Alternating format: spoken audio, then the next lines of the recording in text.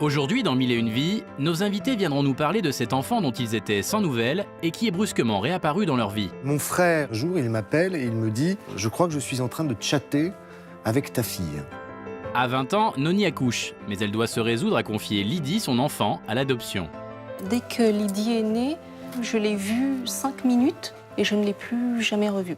À l'adolescence, Lydie cherche à retrouver sa mère biologique. Son grand-père lui remet alors une lettre de Noni venue du passé. Elle explique qu'elle m'a pas abandonnée, qu'elle m'aimait très fort. Enfin, je me dis qu'elle m'a jamais oubliée. Donc je me dis, allez, je vais le faire, je vais la retrouver, je me lance. François, lui, élève sa fille pendant 6 ans. Mais un jour, elle disparaît avec sa maman.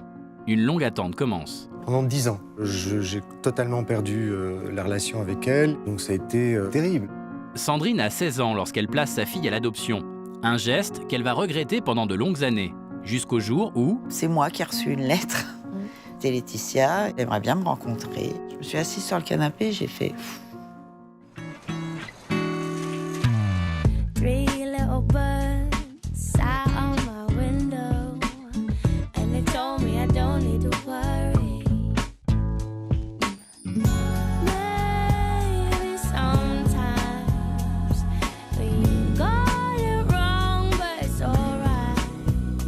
The more things seem to change, the more they stay the same. Bonjour à tous, merci d'être là avec nous cet après-midi. Les invités que je reçois aujourd'hui ont tous connu le manque d'une partie d'eux-mêmes. Séparés de leurs enfants, ils ont vécu avec cette souffrance jusqu'au jour où ce même enfant est venu sonner à leur porte. Alors comment ont-ils vécu une si grande absence? Quels combats ont-ils menés pour se retrouver? Peut-on nouer un lien après des années de vide? Et quelle relation peut-on espérer face à des enfants devenus adultes? Eh bien, ce sont les questions auxquelles on va tenter de répondre avec vous tous et avec vous, Pascal Chapeau-Morelli, vous êtes psychologue. Alors, merci à tous d'être là. Noni, vous avez accouché sous X il y a 21 ans. Vous n'avez jamais cessé de penser à votre fille pendant 18 ans. Et puis, un jour, vous vous retrouvez face à elle sur le quai d'une gare. Qu'est-ce que vous ressentez à ce moment-là? Tiens, c'est moi. En fait, la première fois qu'on s'est retrouvés sur le quai de la gare, je me suis vue, en fait, comme un miroir. Voilà. Et on n'arrive pas, en fait, à décrire ce que j'ai attendu et espéré tellement, tellement, tellement longtemps que là, c'était un rêve. Vous, Lydie, vous gardez quelle image de cette rencontre? C'était magique. Et comme elle, je me suis vue, un peu plus vieille. Mais ouais, j'avais l'impression que c'était moi. Moi en face de moi. Ouais. Alors, à côté de vous, il y a Anne-Marie, votre maman adoptive. Et puis, à un moment, je crois, Lydie, où ces deux mamans se sont prises dans les bras. Voir mes deux mamans qui se serrent dans les bras et qui se remercient, c'était inimaginable et impensable et tellement beau, en fait. Ouais, on va voir que c'est très beau, cette relation qui vous unit toutes les trois. Il y a beaucoup d'amour et de générosité. Alors, Sandrine, vous aussi, vous avez accouché sous X et pendant 18 ans, vous n'avez eu absolument aucun contact, aucune information sur Laetitia, à laquelle vous aviez donné le jour 18 ans auparavant. Et puis, vous vous êtes retrouvés. Et aujourd'hui, il y a un moment auquel vous n'échapperiez absolument pas. Un moment dans l'année qui reste très important pour vous. C'est en général les fêtes de Noël, quand on peut, où j'ai les 4 filles en même temps, quoi. C'est-à-dire qu'il y a votre aînée, ma donc fille Laetitia, et mes 3 autres filles qui sont arrivées après. Et les avoir toutes, c'est juste super. Et puis vous, François, vous avez vécu une histoire différente, puisque vous avez eu une fille que vous avez élevée pendant 6 ans. À la suite de quoi sa maman est partie avec elle, sans vraiment vous demander votre avis. Et elle est partie vivre à 3000 km de chez vous. 4200 km. Mais oui, donc elle est partie loin, quoi qu'il arrive. Et oui, bien sûr. Et du coup, j'ai totalement perdu la relation avec elle. Et pendant combien de temps? Pendant 10 ans. 10 ans, sans avoir aucun contact avec elle? Aucun. Et par contre, j'ai fait toute une procédure judiciaire qui a été longue et douloureuse. Et comment elle a réapparu dans votre vie? Elle m'a laissé un message sur un réseau social. Alors, on va commencer avec vous, Noni. Vous avez grandi au Congo. ça. Et vous nous avez confié que vous avez toujours ressenti un manque pendant votre enfance. Un manque de qui? Ma mère. En fait, mes parents se sont séparés. Voilà, j'ai grandi avec mon père. Et ma mère, j'ai dû la voir une fois par an. Et à mes 10 ans, je pense 2 jours avant mes 10 ans, je perdais ma maman. D'accord. Donc c'est un manque douloureux, Oui. qui est resté prégnant, je pense, tout au long de votre vie. Mm. Vous avez été très jeune envoyée en pension en Belgique c'est ça. pour y faire vos études, mais c'est là que vous rencontrez le papa de Lydie. C'est ça. Vous tombez enceinte de lui, donc très jeune. Vous aviez quel âge? Entre-temps, je suis arrivée en France. Hein, et j'avais 20 ans, en fait. À quel moment vous en êtes rendu compte? À 4 mois. À 4 mois. Je ne m'en suis pas rendu compte avant. Et quand je m'en suis rendu compte, je lui en ai parlé, mais ça ne s'est pas passé comme j'aurais souhaité. C'est-à-dire que quand vous en êtes rendu compte, il était trop tard pour que vous preniez une décision. Vous aviez envie de le garder, ce bébé? En fait, ça a été très brusque. Il m'a juste dit qu'est-ce que tu te rends compte? Qu'est-ce que je vais raconter à mes parents? Ça ne se fait pas, ça ne se passe pas comme ça. Mais à partir d'aujourd'hui, on ne se connaît plus. Voilà. Donc vous étiez dans quel état d'esprit, vous, à ce moment-là?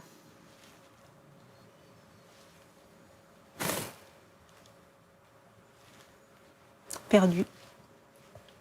Perdu. Comment vous envisagiez l'avenir? J'avais je vivais chez ma grande tante pendant cette période-là et je venais d'arriver en France et je ne savais pas comment faire. En fait, j'en ai pas parlé autour de moi.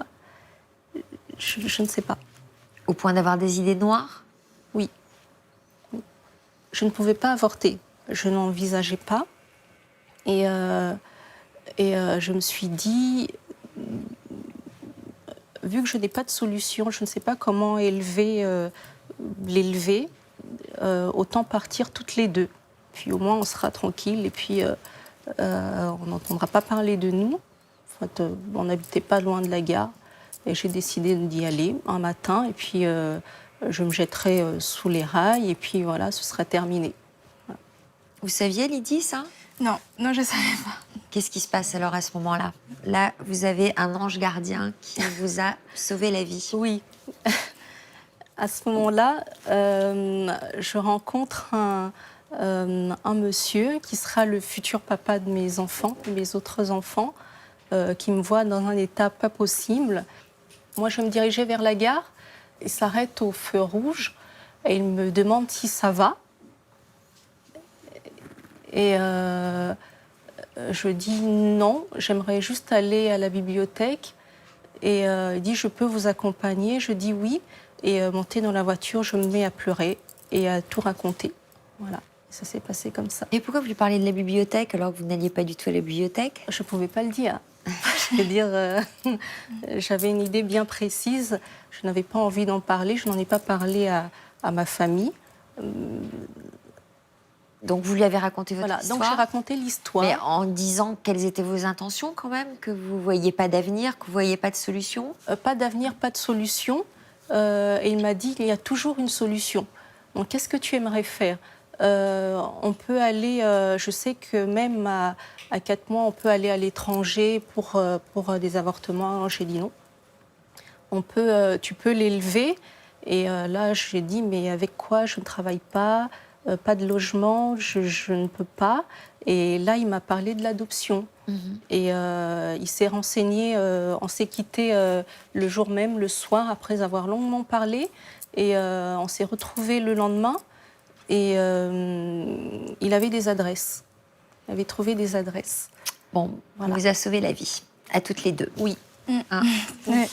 Vous nous raconterez la suite tout à l'heure. Sandrine, vous êtes tombée enceinte. Vous en êtes rendu compte à quel moment? À 7 mois et demi. En fait, j'ai fait un déni de grossesse. Vous vous sentiez un peu gonflé quand même? Un petit peu, mais pas... Voilà, j'avais grossi pour moi, c'était Ouais. pas... Vous aviez quel âge? 17 ans. Donc vous allez chez le médecin. Donc mes parents m'emmènent chez le médecin, effectivement, parce qu'ils me trouvaient fatiguée. Enfin, j'étais... Et là, le médecin dit, vous êtes enceinte de au moins 7 mois. Il vous le dit devant vos parents? Oui, devant ma maman. Et là, elle m'annonce les solutions que j'avais. Donc, Votre maman? non, le médecin, accouché sous X. Et là, ma première réaction a été de dire surtout pas. Il n'était pas question que je l'abandonne. Et puis ensuite, différentes solutions à la garder. On m'a proposé plein de solutions. Et alors finalement, comment vous avez opté pour l'accouchement sous X? Finalement, avec le recul, en me disant que j'étais pas à même de l'élever, j'avais pas de moyens financiers, j'étais en première, voilà, et que la meilleure solution pour elle, pour son avenir, en fait, c'est comme ça que moi je l'ai vécu, et pour son avenir, c'était que je la confie à l'adoption avec des parents qui veulent effectivement, qui ont envie d'avoir des enfants, qui ont les moyens d'avoir des enfants et qui ont de l'amour à leur apporter. Donc c'est la meilleure solution pour elle. Voilà. Vous vous souvenez évidemment du jour de l'accouchement? Oui. Comment vous l'avez vécu? Pas très bien. Pas très bien. En fait, quand elle a commencé à sortir, j'ai demandé qu'on me l'enlève. Enlevez-la. Donc ça. Vous vouliez pas la voir? Vous Non. vouliez pas la prendre dans vos bras? Pas au moment de l'accouchement. Après, je l'ai vue 2 jours après. Parce que j'avais le choix de la voir ou de pas la voir. Donc j'ai choisi de la voir parce que je voulais avoir une image et pas juste rien. Donc j'ai choisi de la voir, mais 2 jours après l'accouchement. Mais j'ai pas voulu la prendre dans les bras. De peur de trop vous Voilà, attacher? de peur. J'ai dit sinon je la rends pas. Comme ça doit être dur. Du coup, effectivement, je l'ai pas prise dans les bras, mais je l'ai vue. Alors en 1999, 14 ans après cet accouchement sous X, vous avez participé à l'émission Ça se discute avec Jean-Luc Delarue, justement pour faire un appel et pour tenter de retrouver cet enfant à laquelle vous aviez donné le jour. On va voir un extrait de cette émission. Vous êtes une jeune femme, il faut dire que vous étiez extrêmement jeune quand vous avez accouché sous X. Vous avez quel âge? 16 ans. 16 ans, est-ce que c'était un choix de votre part d'accoucher sous X? Ce qu'il faut comprendre, c'est que je l'ai fait par amour. Je pense que quand on fait ce geste-là, on fait pour l'enfant qu'on le fait. C'est quand même abandonner son enfant, et pourtant vous l'avez fait pour lui. Est-ce que vous pouvez nous faire comprendre ça à des mamans qui ne peuvent pas le comprendre? Parce que je pense que je ne pouvais pas lui donner l'amour, la stabilité, ce qu'il faut, ce qu'un enfant a besoin. Le côté financier aussi, j'avais mes parents, mais ce n'était pas moi. Donc c'était ma décision. Je ne pouvais pas l'élever correctement et la rendre heureuse. Je vis avec. Ou sans? Je vis avec. Ouais. Avec l'accouchement sous X, avec le fait qu'elle ne soit pas là. Parce qu'à ce moment-là, quand vous avez pris cette décision, c'était pour le bonheur de votre fille, mais contrairement à ce que vous imaginiez, ça ne vous a pas libéré du tout. Vous allez nous raconter ça. Quel était le sens de votre présence dans cette émission? Oh, il y en avait beaucoup. C'était déjà dire que il n'y a pas de honte à le faire, qu'on le fait, on le fait pas, on n'accouche pas sous X par plaisir et on le fait pas par plaisir, et qu'on le fait vraiment pour, je pense, moi, pour l'enfant et pour lui apporter une stabilité. C'était un peu un secret de famille aussi, il faut le savoir. Oui. On m'a caché,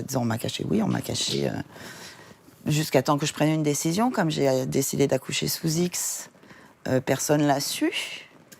Donc c'était aussi une façon d'assumer et de dire, il n'y a pas de honte, j'ai accouché sous X, il s'est passé ça dans ma vie. Voilà. Et vous en avez profité à ce moment-là pour glisser une lettre dans le dossier?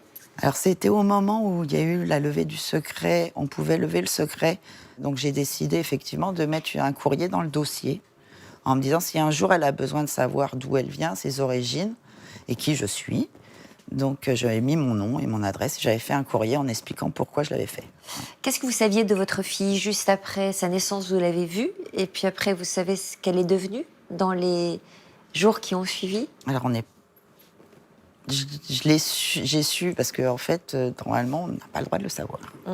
Mais des amis de mes parents avaient été assistantes maternelles et elle est allée chez eux en fait pendant 3 mois, parce que j'avais 3 mois pour changer d'avis. Donc voilà, j'ai su qu'elle était là-bas, mais je l'ai pas vue, j'ai pas cherché à la voir, quoi. Vos parents sont allés la voir, eux? Non, mes parents sont pas allés la voir et ils l'ont vue, mais parce que les amis en commun ont invité les deux, quoi. Donc vous avez pas censé la voir. Vous avez glissé une lettre donc en disant qui vous étiez au cas où votre fille veuille faire cette démarche. Vous avez fait ça aussi, Noni? J'ai fait la même chose. Et c'est grâce à cette lettre, justement, qu'elle qu'elle était motivée à faire des recherches. Ça m'a lancé à Vous allez nous raconter. Alors, on va revenir à l'accouchement. Quels souvenirs vous en gardez? Ça n'était pas un bon souvenir. Ça s'est passé assez rapidement. Dès que Lydie est née, je l'ai vue 5 minutes après. Puis les infirmières sont venues la chercher et je ne l'ai plus jamais revue. Après, Elle s'appelait pas Lydie d'ailleurs quand Non, elle elle est née. s'appelait Cécile. Vous l'aviez À la prénommée naissance. Cécile. Voilà, oui, Cécile. Ouais. Et un prénom qu'elle a gardé en deuxième prénom. C'est mon deuxième prénom. Alors, on l'a prise, on l'a emmenée ailleurs. Elle a été placée tout de suite. J'ai eu 3 mois de réflexion aussi. Mais elle était où pendant ces 3 mois? Chez une nourrice, c'est ça? Vous avez Donc, su tout de suite ce qu'elle allait devenir, où elle allait être placée? On m'avait parlé de ses futurs parents, en fait, qu'elle vivrait vers l'Alsace. C'est la seule information que j'avais. Voilà. Alors, Vers les futurs l'Alsace. parents, on a la chance Donc, d'avoir donc la future maman. Vous en étiez où, vous, Anne-Marie, dans votre vie? Eh bien, on ne pouvait pas avoir d'enfant, enfin, au bout de quelques années. Donc, c'est posé la solution, soit de l'adoption, soit de la fécondation in vitro. Donc, j'ai choisi l'adoption. Vous avez attendu longtemps? 9 mois, ce qui est à peu près le cours d'une grossesse. Ouais. Voilà, depuis le démarrage des démarches. Elle Voilà. avait quel âge quand elle est arrivée chez vous? 3 mois et 3 mois et demi, on va dire. Qu'est-ce que vous avez ressenti? Oh, ben, un grand bonheur. Un grand bonheur. Puis elle était adorable, sans problème. Elle a été élevée très facilement. Alors, on entend le bonheur de devenir mère chez Anne-Marie. C'est ce que vous avez ressenti aussi, François, lorsque vous êtes devenu papa, très jeune. Ah mon Dieu, c'était absolument incroyable. Ouais. Incroyable, oui. On Vous avait aviez vécu- quel âge? J'avais 25 ans. Oui, c'était... j'avais une relation un peu compliquée avec la maman, sur laquelle je ne vais pas m'étendre. Et en tout cas, j'ai assisté à l'accouchement et j'étais présent à l'hôpital où elle a accouché. Et donc, j'ai porté ma petite fille qui était en couveuse. Et donc, je lui ai chanté la même chanson que j'ai chantée à mes autres enfants après, à leur naissance. C'est-à-dire?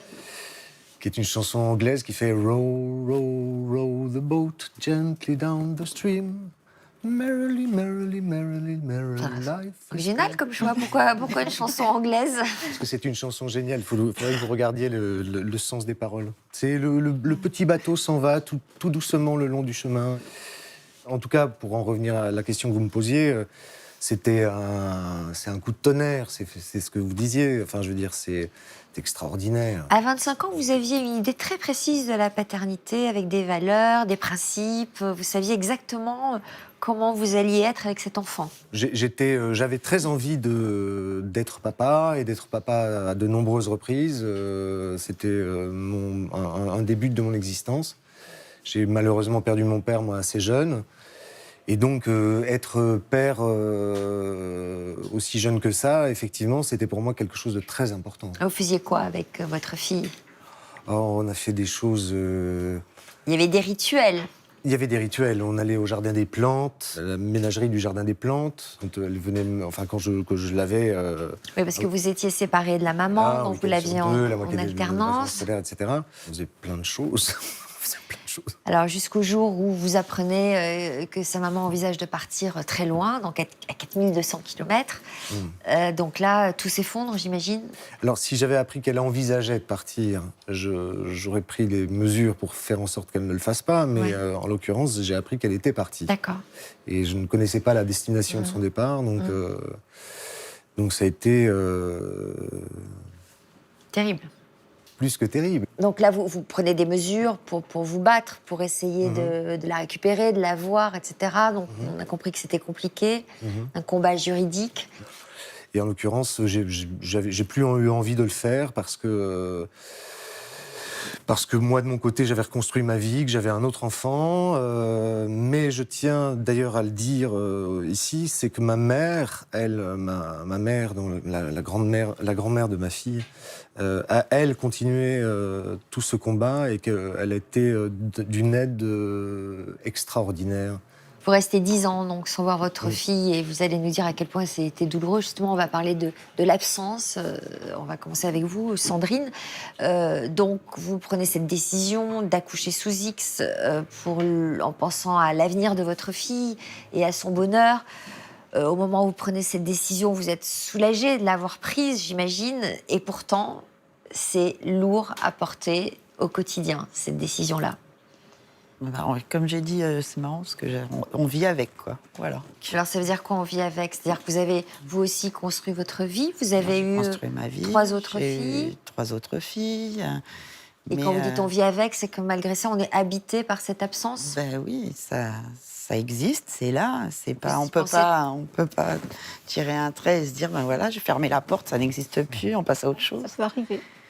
Oui. Certaines personnes choisissent aussi cette modalité de survie, on peut dire. C'est-à-dire soit on y pense beaucoup, tout le temps, de façon récurrente, et ça habite vraiment la personne, soit la personne choisit de mettre de côté cet enfant, faire comme s'il n'existait pas. Ça peut arriver aussi, c'est une façon de se défendre. Comment on peut y parvenir? Ça doit être terrible. J'imagine que vous avez essayé de...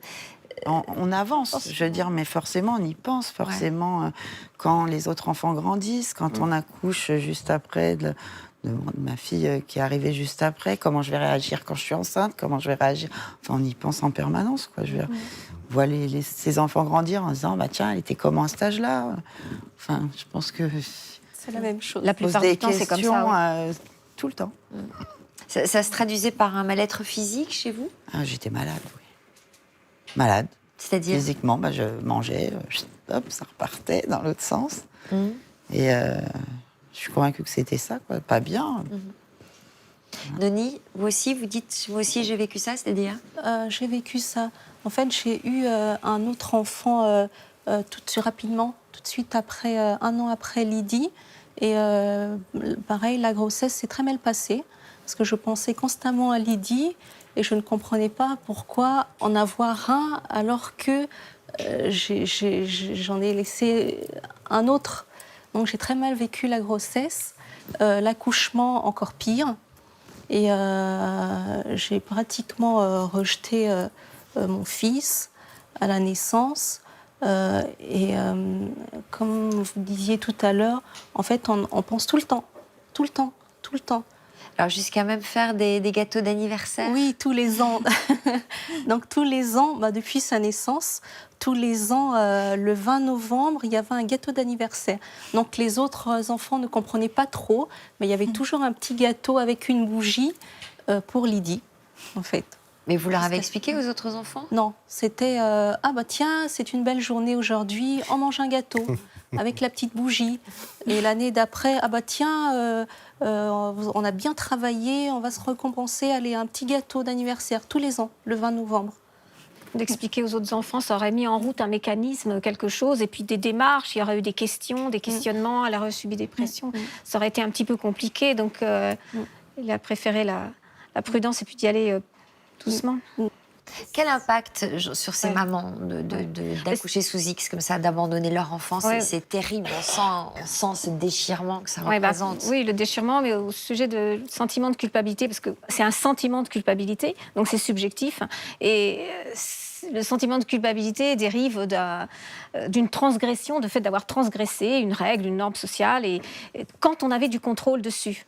C'est-à-dire que, en fin de compte, il est proportionnel au contrôle qu'on pouvait avoir sur les événements ou pas. Or, ces 2 jeunes femmes avaient peu de contrôle sur les événements, puisque, vous étiez, madame, très jeune, 17 ans, donc subissant la pression de la famille. Absolument, vous n'aviez pas les cartes en main, si on peut dire.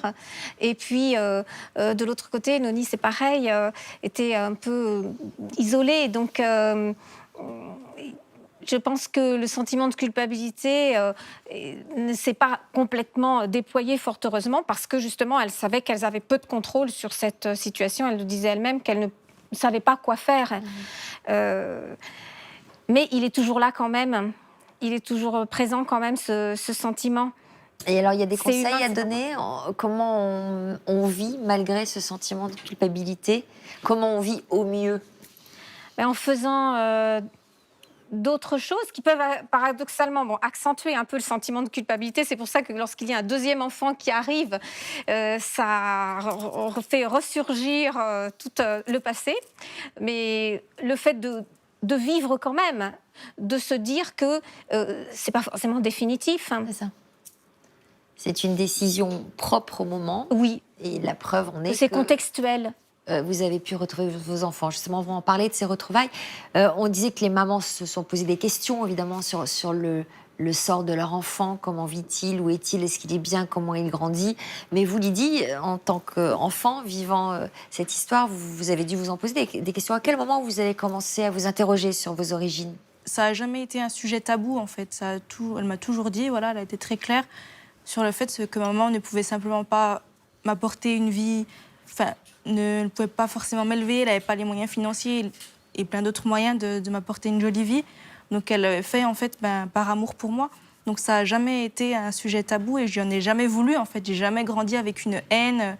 D'autant plus qu'elle vous en a parlé joliment de votre maman. Oui, elle vous évidemment. disait quoi? Elle me disait, ta maman, c'est une maman très jolie, une personne très bien. Alors vous n'en saviez rien, vous, Oui, Anne-Marie? voilà. Non, mais je voulais qu'elle garde en elle qu'elle a toujours été aimée. C'est pas, on ne l'a pas retrouvée dans une poubelle. Vous voyez ce que je veux dire?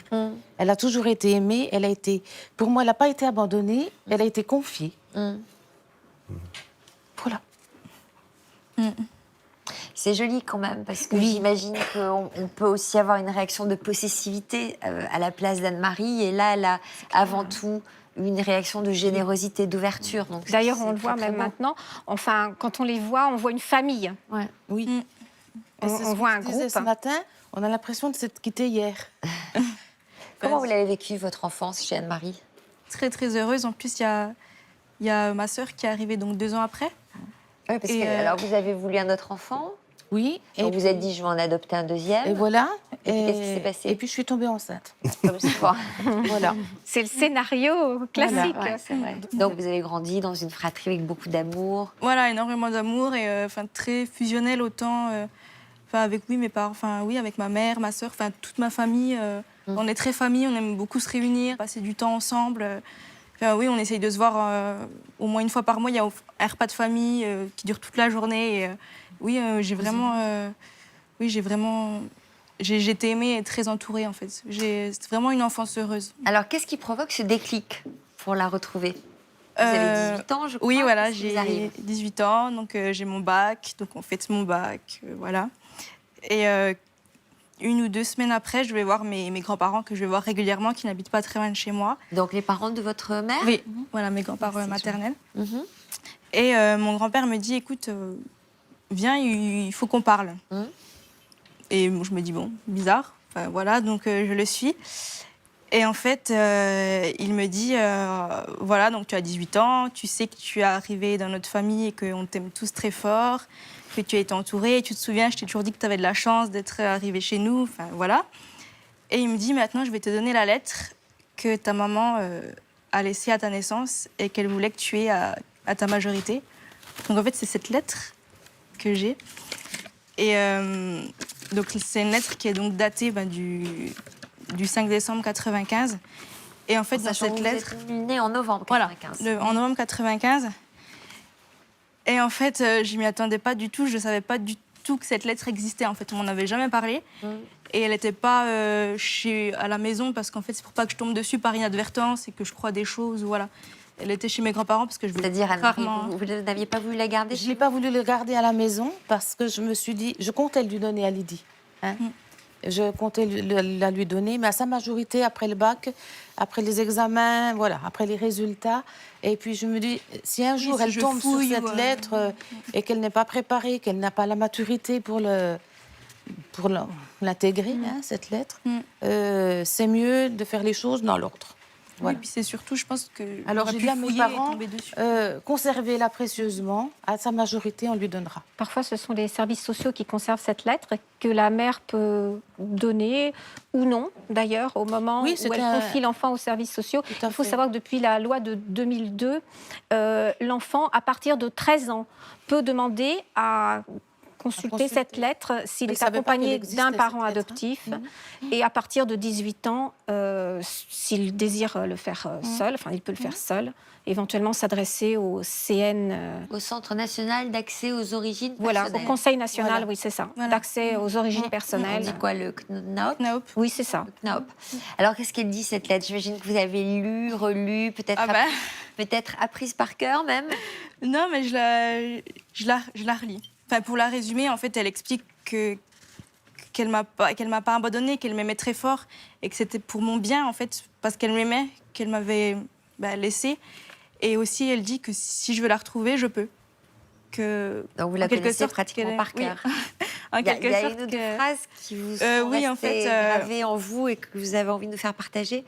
En fait, c'est la fin de la lettre qui m'a énormément touchée. En fait, elle me dit, pour finir, n'oublie pas que même en étant loin de moi, je t'aime et je pense à toi. Et, et ça me touche encore aujourd'hui, en fait.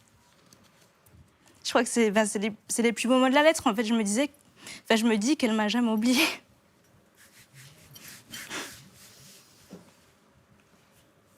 Et donc, en fait, c'est cette lettre qui... Je me suis dit, bon, allez, je me lance. Et puis, je suis grande, j'ai la majorité et la maturité que je voulais. Donc, je me dis, ben, allez, je vais le faire, je vais la retrouver, je peux le faire. En plus, elle me dit qu'elle m'attend, donc je vais le faire. Avec des appréhensions? Oui, évidemment, parce que la lettre, elle a été écrite en 95, donc on était en 2014. Je me dis, elle a peut-être changé d'avis, ou je sais pas ce qu'elle est devenue, en fait, depuis tout ce temps. Alors, vous en parlez avec votre maman? Oui, du coup, je rentre à la maison et je brandis la lettre et je lui dis, ça y est, j'ai la lettre. Et qu'est-ce qui se passe avec Anne-Marie, déjà? On est tombés dans les bras l'une de l'autre. Elle savait pas que j'allais avoir la lettre aujourd'hui. Et elle m'a dit une phrase que je me souviens, qui m'a vraiment marquée. Elle m'a dit, bah, qu'est-ce que tu veux faire? Et j'ai dit, bah, je vais la retrouver. Elle m'a dit, bah, ok, je vais t'aider. On va le faire. Et s'il faut ajouter un couvert à notre table, pour elle, eh ben, on le fera. Elle est trop bien, cette Anne-Marie. Hein. On a envie de l'embrasser. Hein. Oui, il faudrait... Donc voilà, l'aventure a commencé comme ça. Franchement, bravo, parce que ça, c'est vraiment... Alors, comment ça débute, cette enquête? Vous vous y prenez toutes les deux, qu'est-ce que vous faites?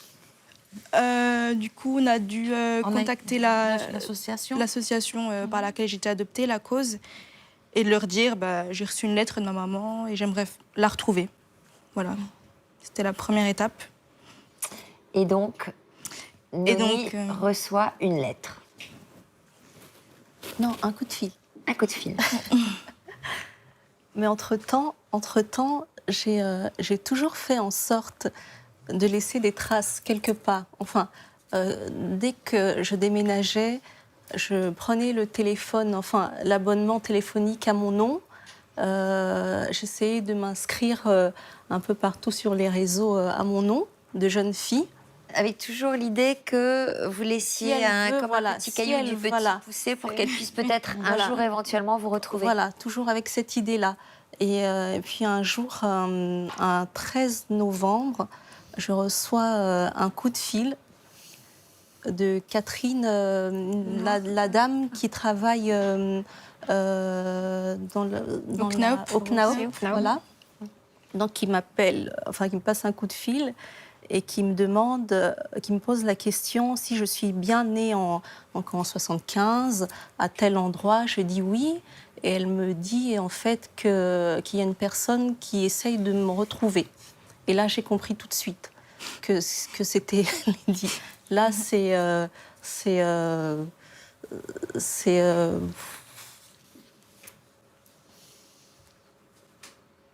j'ai perdu pied. Enfin, je ne réalise pas. Mais c'était incroyable, en fait. C'était inimaginable, en fait. Et donc, je l'entends dire « Vous êtes là ». Donc, moi, plus de mots, complètement parti. Et ça a débuté comme ça. Et on a échangé des lettres après, ensuite. Puis la rencontre à la gare. Alors, cette rencontre à la gare. Alors. Donc, c'était combien de temps après le coup de fil, la rencontre à la gare? C'était, tu as été appelée en novembre et on s'est vu au mois de janvier. Donc, assez rapidement. Oui, on voulait absolument se voir tout de suite. Entre-temps, vous aviez échangé quoi dans les lettres? Vous étiez raconté vos vies? En fait, c'est Lydie qui a écrit la première lettre. La première lettre, c'est voilà, de moi. parce qu'elle nous a conseillé en fait de ne pas s'appeler tout de suite, que Lydie commence par m'écrire et moi que je réponde en fait si je le souhaite. Voilà. Alors, cette rencontre, elle est prévue, il y a une date qui est fixée. Qu'est-ce qui se passe la veille, par exemple? C'est vous qui deviez prendre le train pour la rejoindre? Oui, en fait, on devait se voir dans un endroit neutre, ni chez l'une ni chez l'autre, pour au cas où ça se passe mal, en fait. J'ai pris le train donc, pour Paris, et donc j'ai pas dormi de la nuit la veille, forcément. Le stress et l'excitation, après un petit peu d'appréhension quand même, parce que je me disais, mais c'est ta maman, mais qu'est-ce que tu vas lui dire, en fait? Tu la connais pas. Du coup, c'est comme si on marche dans la rue et que tout d'un coup, on lui dit, voilà, c'est ton père ou ta mère, cette personne, vas-y, parle-lui. Alors, qu'est-ce qui se passe quand vous arrivez? Du coup, je sors du train. Vous étiez donné un truc pour vous reconnaître? Oui, en fait, la dame Catherine, qui a géré notre dossier, m'avait appelée et m'avait dit moi, j'aurai une pochette rouge dans la main pour que vous puissiez me reconnaître. Donc, vous avez cherché une pochette rouge? Voilà, je cherchais une pochette rouge. Et donc, j'ai vu la pochette rouge. Et en fait, Noni s'était un petit peu décalée pour me voir avant que je la voie, en fait. Donc, voilà, je pense que c'est ce qui s'est passé. Et donc, j'ai vu la pochette rouge, j'ai tourné la tête. Et là, je me suis dit, mais c'est pas possible, mais c'est moi, en fait. Et oui, je me souviens, on s'est regardés. On n'a pas parlé, on s'est regardés pendant peut-être 10 secondes.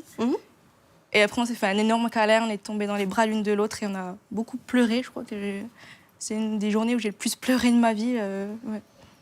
C'était vraiment beau. Et vous, Noni?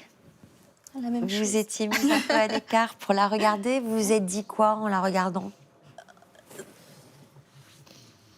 Enfin.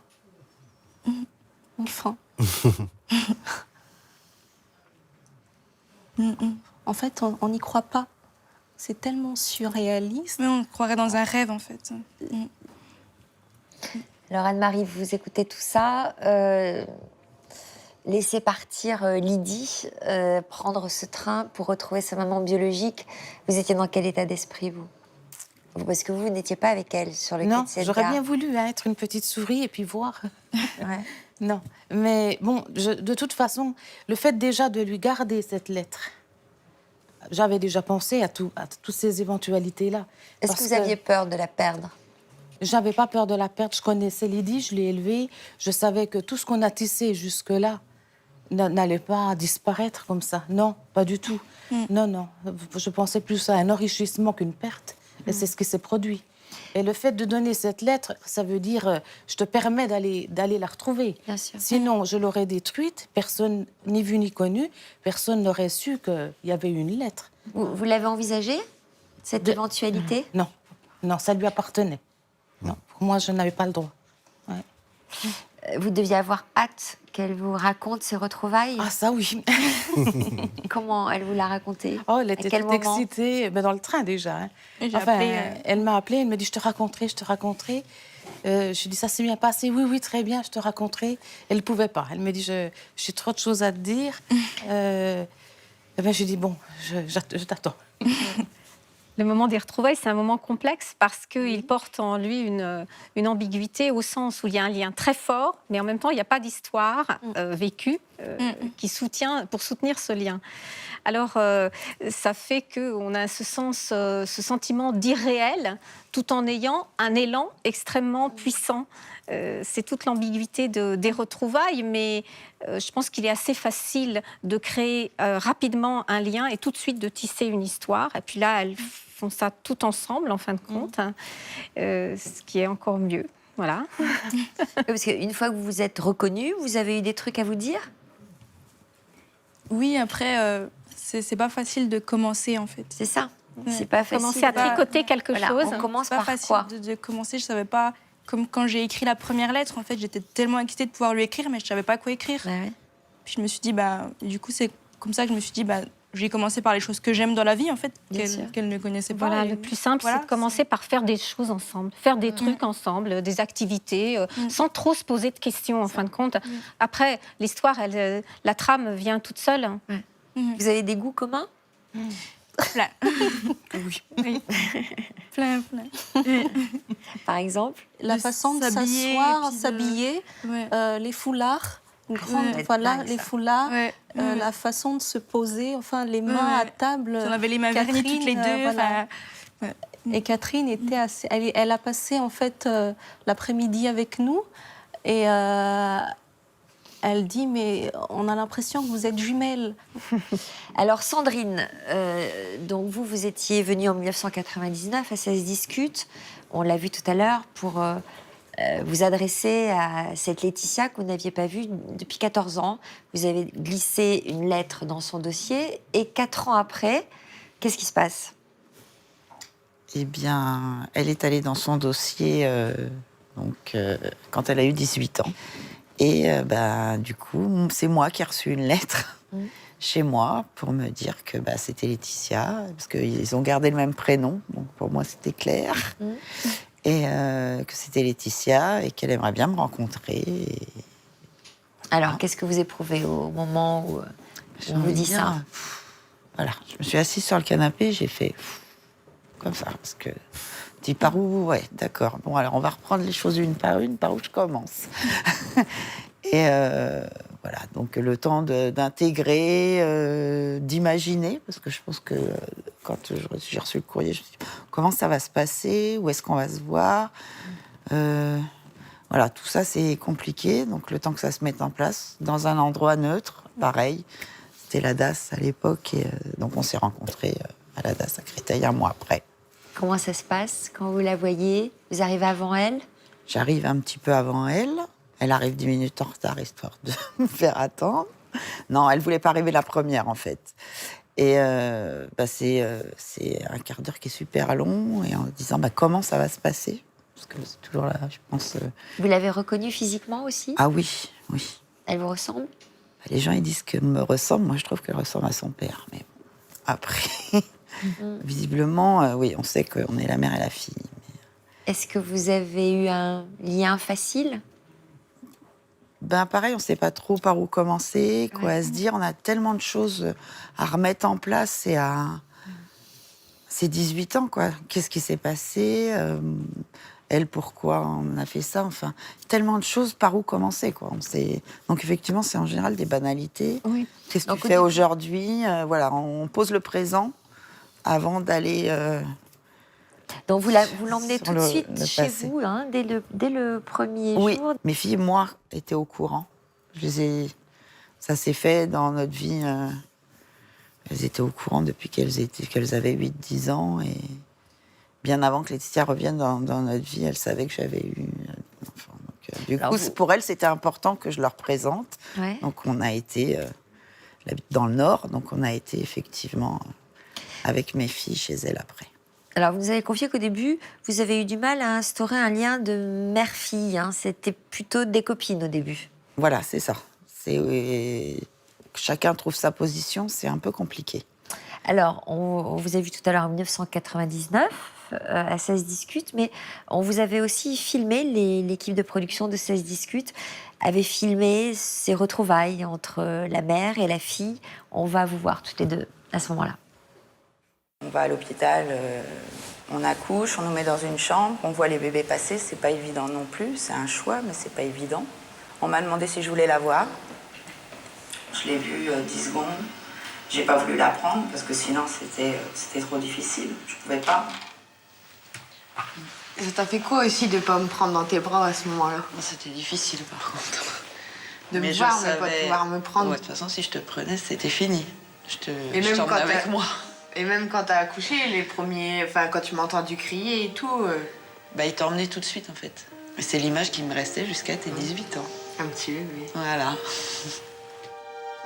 À sa majorité, Laetitia a cherché à retrouver sa mère biologique. C'est en consultant son dossier qu'elle a découvert la lettre dans laquelle sa mère levait le secret sur son identité. Alors que j'avais à peine 17 ans, j'ai fait une chose qui ne se faisait pas. J'attendais un enfant, 7 mois de grossesse, que faire?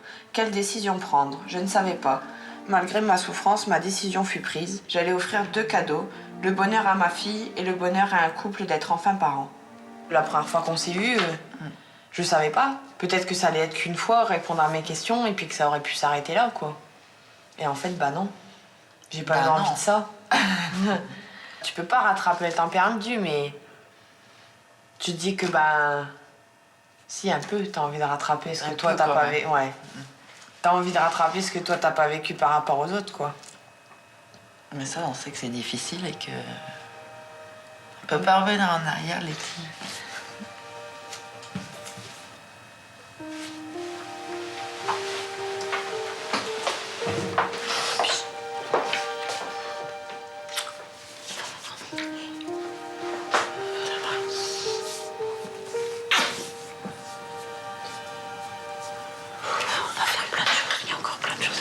Bah ouais.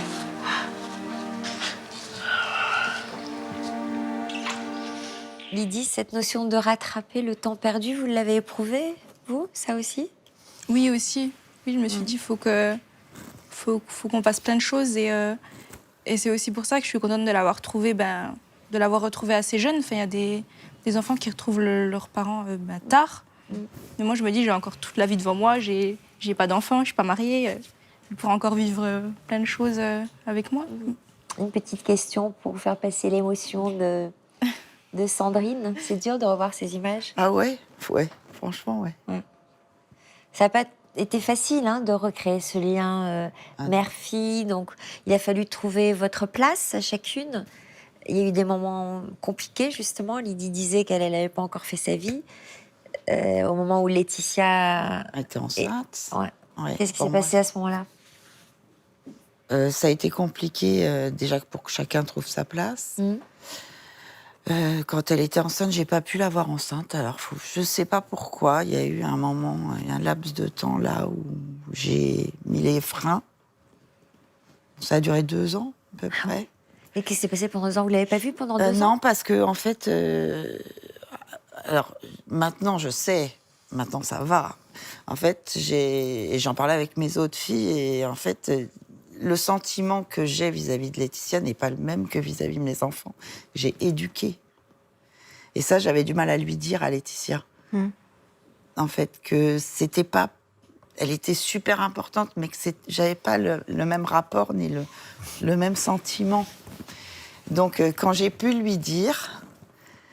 ça s'est beaucoup mieux passé, tout le monde a pris sa place et après ça a été quoi. Mais alors, avant, juste comment ça s'explique ça, Pascal, qu'elle ait eu besoin de prendre ses distances au moment où Laetitia était enceinte? Et clairement, ça lui renvoyait quelque chose. C'était très très compliqué. La fille devenait mère, elle, ça la renvoyait aussi à ce qu'elle considère comme quelque chose de peut-être de non exemplaire, sa propre grossesse à elle, et l'accouchement à ce moment-là, je précise bien. Et donc, c'était un peu comme si sa fille, à cet instant de sa grossesse, presque lui reprochait d'une certaine manière, regarde, moi, je suis... Il y avait quelque chose qui pouvait être de cet ordre-là, c'est compliqué à assimiler, c'est compréhensible. Après, j'avais déjà du mal à prendre ma place en tant que mère, entre guillemets, je suis mère biologique. Donc ça veut dire qu'il y a des choses que vous ne parveniez pas à lui dire, il y a des moments où vous aviez envie de donner votre avis, vous n'osiez pas le faire? Voilà, absolument. Par exemple, sur quoi, précisément? Sur son petit copain. Par exemple? Non, il me plaisait pas. Et vous n'avez pas osé lui dire? Sur le moment, non. Ouais. Maintenant, on n'est plus du tout là-dedans. Alors, est-ce qu'il y a un moment où vous vous êtes expliqués tous les deux, vous avez une conversation où vous avez lâché tout ce que vous aviez l'une et l'autre sur le cœur? Parce qu'elle a dû vous en vouloir de vous éloigner pendant 2 ans Elle n'a pas sa trop grossesse. compris, en fait, je crois. En fait, sa sœur est allée la voir, alors que moi, j'avais plus trop de contact. Donc, sa sœur est allée la voir et elles en ont parlé toutes les deux. Et quand sa sœur est revenue... Alors, elle a dit à Laetitia, écoute, essaye de dire à maman, explique-lui, parce que... Puis elle lui a expliqué ce que moi, je ressentais. Donc, du coup, Laetitia a repris contact en disant, il faut qu'on se parle. Donc, du coup, on s'est posé. Et là, j'ai pu exprimer qu'effectivement, c'était y avait des différences, que je ne savais pas trop où me situer aussi, où la mettre aussi dans tout ça. Et le fait d'avoir parlé, elle m'en veut pas, elle m'en a pas voulu, elle m'a dit mais c'est normal que ça soit pas pareil. Donc à partir de là, on a pu poser les choses et là c'est parti quoi. Noni, vous avez ressenti ça, vous aussi? Est-ce qu'il y a eu des moments où vous n'avez pas osé intervenir, n'ayant pas élevé Lydie? Non, de mémoire, non. Parce que Anne-Marie l'a élevée, Anne-Marie et sa maman. Donc moi, avec beaucoup de pudeur, je me mets vraiment en retrait. Même quand on s'est retrouvés quelques fois, et je pense t'en avoir dit quelques mots. Alors comment vous n'avez pas raconté que le moment où vous vous êtes rencontrées toutes les deux, parce qu'on était au quai de la gare, à quel moment vous vous êtes rencontrées? Lydie m'avait fait part. Donc ça, c'était en janvier, quand vous êtes rencontrés. Elle m'avait dit, est-ce qu'elle pourra être là pour mes 20 ans? Mais je dis, bien avant, on va faire connaissance avant. Et puis, déjà nous, dans le petit cercle familial, et après avec cousins, cousines, enfin voilà, la famille au complet. Alors comme comment ça, vous avez fait connaissance? Pour les 20 ans, elle fera déjà partie intégrante de la famille et ça sera facile. Donc, eh bien, je l'ai invitée à la maison, tout simplement. Voilà. Et votre première rencontre? C'était très émouvant. Très émouvant. Et puis... Attendez, vous ne pouvez pas me laisser partir comme ça. Vous allez me raconter. Vous vous êtes rencontrés, vous, sur le quai d'une gare? Bien sûr, ça se passe à la gare chez nous. Comment ça s'est passé, alors? Quand Lydie m'a présenté Noni, il n'y a pas eu grand besoin de schéma. Elle lui ressemblait tellement. On est tombés dans les bras l'une de l'autre. Voilà. On a beaucoup pleuré. J'explique une chose. Oui. Elle était, en fait, Lydie et Anne-Marie étaient en hauteur et moi, j'arrivais par l'escalator. Donc, je reconnais Lydie. Je me dis, je suppose que c'est Anne-Marie. Et je monte. Et quand j'ai vu Anne-Marie, j'ai eu le cœur tellement apaisé, beaucoup de bonheur, d'amour. En la regardant, en fait, je me suis dit, Lydie était bien. Lydie elle n'a manqué de rien. Elle a été bien élevée. Rien qu'en voyant Anne-Marie, en fait, la première fois. Et après, donc, on s'embrasse. Et puis les larmes. Et puis on se dit, je lui dis merci. Merci. Merci.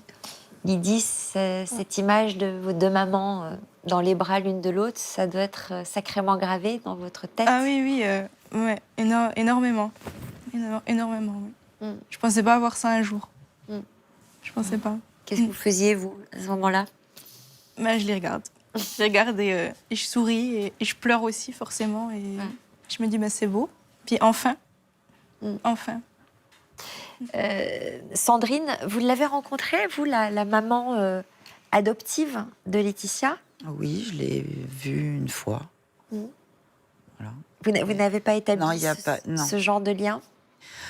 Elle est beaucoup plus âgée que moi. Il y a des différences, je pense, culturelles, etc. Donc, du coup, ça a pas... Il n'y a pas ce qui a été créé de l'autre côté, quoi.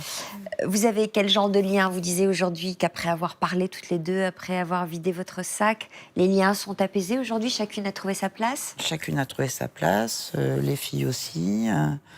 Une famille normale, avec ma fille aînée, mes filles, tout. Elles sont sœurs, pour elles... apparemment, vous n'avez pas trop de soucis à vous faire pour votre avenir commun, parce qu'elle a tenu à vous laisser un message, Laetitia. Juste ce petit message pour te dire que je suis désolée de ne pas pouvoir être avec toi aujourd'hui, que je suis très contente qu'on se soit retrouvés, même si ça n'a pas été facile tous les jours, et que je t'aime très fort, et que je pense que maintenant on a construit notre famille tous ensemble, que c'est pour la vie. Et je suis très heureuse de t'avoir, toi et les filles. Gros bisous. Tout est dit. Alors, François, on va s'intéresser au moment où vous avez retrouvé votre fille, 10 ans sans la voir. Donc, extrêmement long. Vous disiez tout à l'heure que vous aviez, pendant ce temps, eu un autre enfant. construit votre vie. Qu'est-ce qui s'est passé alors? Vous disiez que les réseaux sociaux ont joué un rôle important dans ces retrouvailles. Oui, mon cas de figure est un peu différent de vous quatre, parce que moi, en l'occurrence, j'ai cherché incessamment à retrouver mon enfant, que j'avais élevé jusqu'à l'âge de 6 ans. Et j'ai une amie qui m'avait dit, il faut absolument que tu fasses un profil, le réseau social dont tout le monde se sert. Et mon frère, dans la foulée, avait fait aussi, lui, un profil. Et un jour, il m'appelle et il me dit, je crois que je suis en train de chatter avec ta fille, que je cherchais donc depuis 10 ans désespérément. Et ben là, qu'est-ce qui se passe? En fait, le sol se dérobe sous vos pieds, quoi. Je me connecte sur ce fameux réseau et là, je tombe sur un message sur lequel il est marqué « Hi Daddy, what's up ?» Et là, je commence à chatter et puis ça répond, elle me répond et je lui envoie mon numéro de téléphone. Je lui dis « Il faut que tu appelles à cet endroit-là » et donc on s'appelle. Et là, c'est moi qui l'appelle d'ailleurs parce qu'elle n'avait pas de forfait. C'était une ado de 15 ans, 15 ans et demi. Et donc, je l'ai au téléphone et là, c'est extraordinaire. C'est extraordinaire. Vous arrivez à trouver des sujets de conversation? Moi, je suis assez factuel. Donc, ce que j'ai fait, c'est que je lui ai passé son petit frère, avec qui elle est restée en conversation assez longtemps. Je lui ai passé ma compagne. C'est marrant comme réaction d'avoir eu envie de lui passer son frère, sa sœur, votre compagne. Vous avez eu tout de suite envie de l'intégrer. Ouais. Voilà. Dans la famille. C'est bien aussi pour l'enfant, parce que ça lui prouve qu'elle fait déjà partie. Elle ne le savait pas, mais elle faisait déjà partie de quelque chose. Donc tout de suite qu'elle est dans un groupe, elle peut s'identifier. Absolument. Il y a besoin Enfin, moi, j'ai ressenti ce besoin-là. Après, je ne sais pas, mais de tout de suite être dans une histoire quotidienne, de construire un quotidien, de ne pas nécessairement être dans l'extraordinaire qu'a pu être cette séparation et la difficulté que ça a pu être, etc. Et donc... Donc vous l'avez vu combien de temps après? Très vite, 2 mois après, la même chose. Il a fallu aller la voir en Israël? En Israël, oui, absolument. Vous êtes parti avec qui? Je suis parti avec ma maman. Qui avait fait toutes ces démarches? Qui avait fait toutes ces démarches, oui. Et alors, racontez-nous les retrouvailles. C'était à quel moment? Comment? En fait, elle me donne rendez-vous à la sortie de son lycée. Et je suis arrivé avec 3 quarts d'heure d'avance. Et la cohorte de lycéens qui sortent avec les cartables, je l'ai reconnu tout de suite. Et là, c'est très étrange parce qu'il n'y a pas de mots, en fait. Il n'y a pas de mots. On se jette dans les bras l'un de l'autre et ça dure 2 minutes. C'est long, 2 minutes de câlin, quoi. C'est un truc de film. Mais c'est-à-dire que comme il y a eu beaucoup de théories, du lien théorique auparavant, il faut mettre en pratique, il faut du concret. Et c'est pour ça qu'il y a souvent beaucoup d'échanges physiques, de contacts physiques dans ces premiers moments partagés. Alors vous dites que vous êtes concret, vous êtes factuel. Et alors qu'est-ce que vous faites pendant 10 jours? Je fais pas mal de choses. Ma mère est présente avec moi, donc on va au restaurant, on fait ceci, cela, etc., etc. Et petite anecdote qui est assez croustillante, c'est que j'avais loué une voiture pour y être, là-bas, dans cet endroit précis, et elle est en âge de passer son permis de conduire. Mais personne ne l'a aidé à faire de la conduite accompagnée ou quoi que ce soit, donc je lui fais 1h30 de conduite tous les jours. Ça aussi, c'est un joli symbole. Non? Je vais te guider. Eh bien oui, la conduite accompagnée. Ouais. Et bon, elle obtient son permis de conduire 2 mois et demi après, sans problème. Donc ça, voilà, c'était un beau cadeau. Donc après, vous êtes resté en lien permanent? Permanent, oui. Il y a eu aussi une période où on s'est moins vus parce qu'elle s'est mariée et que je n'étais pas totalement d'accord avec le fait qu'elle se marie. Je la trouvais trop jeune. À quel âge elle s'est mariée? 18 ans. Ce qui fait de moi un grand-père parce qu'elle était mère à 19 ans.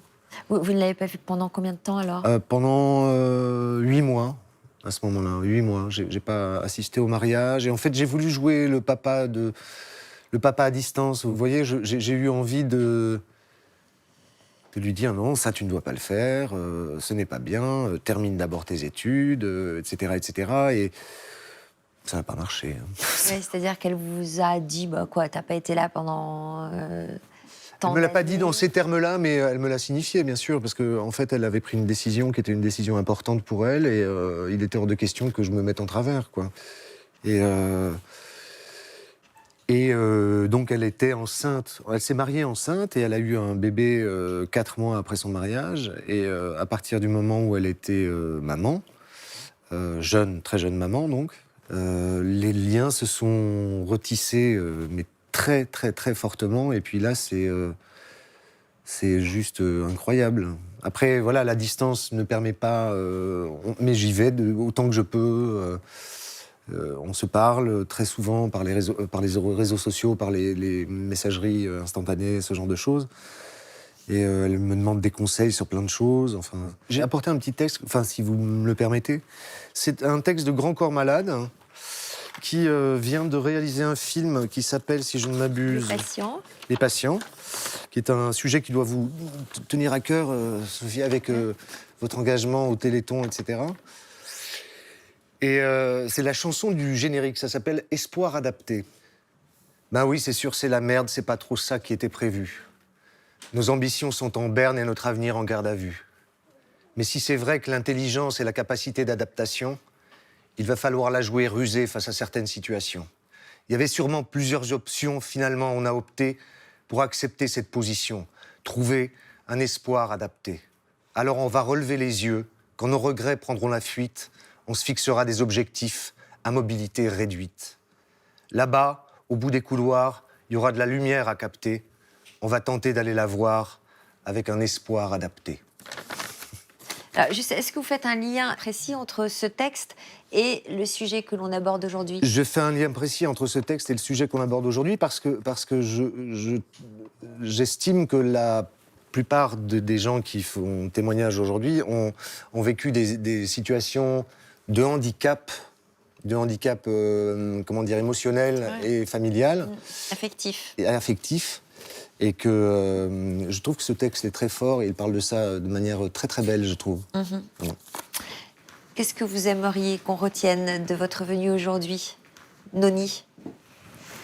La vie n'est pas toujours facile. Et on vit quelquefois des choses qu'on ne souhaite pas vivre. Mais je n'ai pas de conseils à donner, en fait. Enfin, les personnes qui écouteront ou verront l'émission connaîtront notre histoire et verront qu'il y a des choses tout aussi belles qui arrivent. Voilà. Sandrine? Il faut y croire, voilà. Il faut croire en la vie et que, des fois... En l'amour. Voilà, c'est ça. Anne-Marie? Eh bien... Moi, je suis croyante et je pense... d'avoir mis ma confiance en Dieu, c'est lui l'œuvre de toute cette histoire. Ah bon? Voilà. Et vous, Lydie? Que dans la vie, il y a des miracles. Ah oui, qu'il faut y croire comme Sandrine, qu'il y a des très beaux miracles. Et si vous aviez quelque chose à dire à vos deux mamans, qu'est-ce que vous leur diriez? Merci. Merci à toutes les deux, parce que c'est grâce à toutes les deux que je suis ce que je suis et que je suis là où j'en suis et que je les aime. Je les aime toutes les deux très fort. Est-ce que vous les admirez? Ah oui, énormément. Pour quelle raison? Une raison pour chacune d'entre elles. Noni, je l'admire pour son geste, en fait, pour le courage qu'elle a eu de faire ça. Et en fait, elle est tombée enceinte à mon âge, du coup. J'ai 21 ans, mais... Et du coup, je me dis, oui, qu'est-ce que j'aurais fait à sa place? Est-ce que j'aurais autant aimé mon enfant pour faire ça? Et maman, je l'admire pour tout, en fait. Pour tout, oui. Pour m'avoir laissé retrouver Noni et pour plein de choses qu'elle sait, en fait, je l'aime. C'est tout. Et je suis vraiment très fière d'être tombée sur elle. Pascal, si vous aviez un conseil à donner, est-ce qu'il y a des choses à dire, des choses à ne pas dire, des choses à faire, ne pas faire? Quand l'enfant est adopté, comme a fait Anne-Marie, effectivement, lui dire tout de suite, très rapidement, la vérité, d'une façon simple, abordable, voilà, naturelle, etc. Après, les enfants qui recherchent leurs parents et qui vont vers le parent dont ils ont été séparés dans la plus tendre enfance, parce qu'ils ont été confiés au service de l'État, vont chercher plein de choses. Ils vont chercher leur histoire, leurs racines. Ils veulent qu'on leur raconte une histoire qui est la leur. Ils veulent rattraper le temps perdu au sens où combler quelque chose, combler ce qui n'a pas été donné auparavant. Et c'est possible parce qu'en fait, c'est pas du temps qu'ils vont rattraper, mais c'est du lien et de l'affectif. Donc, c'est possible parce que le temps ne se rattrape pas, mais le reste, oui. Donc c'est tout à fait possible. Alors c'est joliment formulé justement. Rechercher sa famille biologique, c'est comme vous voulez le dire, c'est partir en quête de soi-même, Oui. sans savoir ce qui peut nous attendre. Et ce risque, eh bien, une jeune femme a choisi de le prendre en allant à la recherche de sa mère biologique en Roumanie. Elle s'appelle Marion. Elle a été adoptée à l'âge de 6 ans par une famille française et elle s'est toujours sentie incomplète. Alors aujourd'hui, elle a retrouvé non seulement sa mère biologique, mais également son père. Et notre équipe est allée à sa rencontre sur sa terre d'adoption à Toulouse.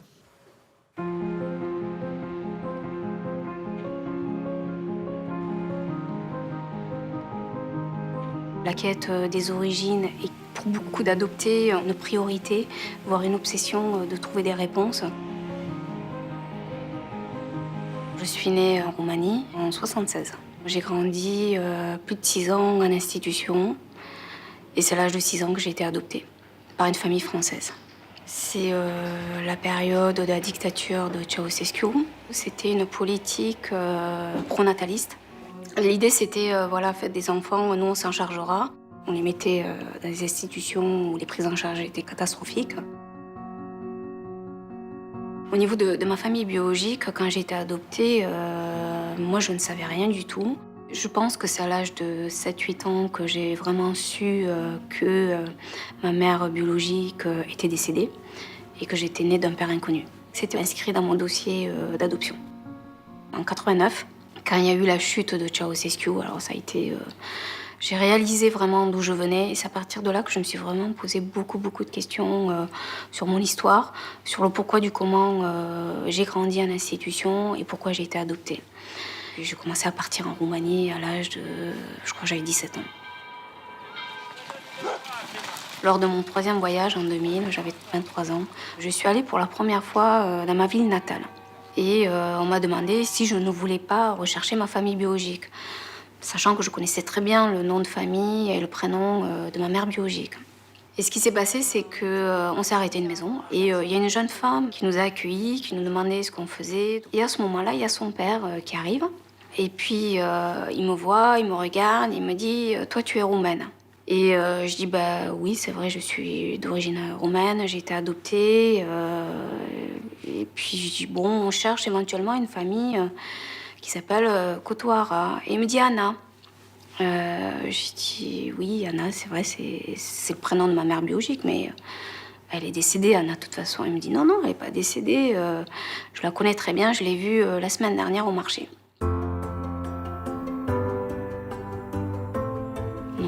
Il nous a amenés jusqu'à son immeuble. Et puis, il est sorti avec Anna. C'était... bon. Jusqu'au bout, je me suis posé la question si c'était elle. Il lui a posé des questions par rapport à sa fille, s'il pouvait nous donner des éléments. Il disait, bon, elle a expliqué, voilà, elle lui a donné ma date de naissance. Il lui a dit, voilà, on a été séparés. Et puis, de toute façon, ma fille est décédée. Donc, voilà, c'est comme ça. C'est là qu'on s'est vraiment rendu compte que tout était mensonge. Ma mère biologique, quand elle a accouché, elle était mineure. Elle était malade, elle n'avait pas forcément de travail. Ils se sont dit qu'elle était incapable de m'élever. Elle avait 2 jours, en fait, pour signer un acte d'abandon. Donc, elle n'a pas eu le choix. Et peu de temps après, on lui a dit que j'étais morte. On s'est serré dans les bras. Enfin, c'est beaucoup d'émotions qu'on ne gère pas. Je me suis dit, enfin, je vais vivre, je vais comprendre mon histoire, je suis libre. Aujourd'hui, on se construit petit à petit, on avance tout doucement. Oui, il dit beaucoup maman. Je pense que ça l'a bouleversée, que ça lui a changé énormément sa vie. Pour elle, je suis sa fille et je suis sa famille. Après, j'avais envie de faire un film documentaire dans le but de savoir ce qu'étaient devenus les orphelins de Ceausescu et de savoir ce qu'ils étaient devenus. Et c'est pendant le tournage, en 2014, que j'ai eu un peu plus d'informations sur mon père biologique. C'est comme ça que je l'ai retrouvé, ainsi qu'un demi-frère et une demi-sœur.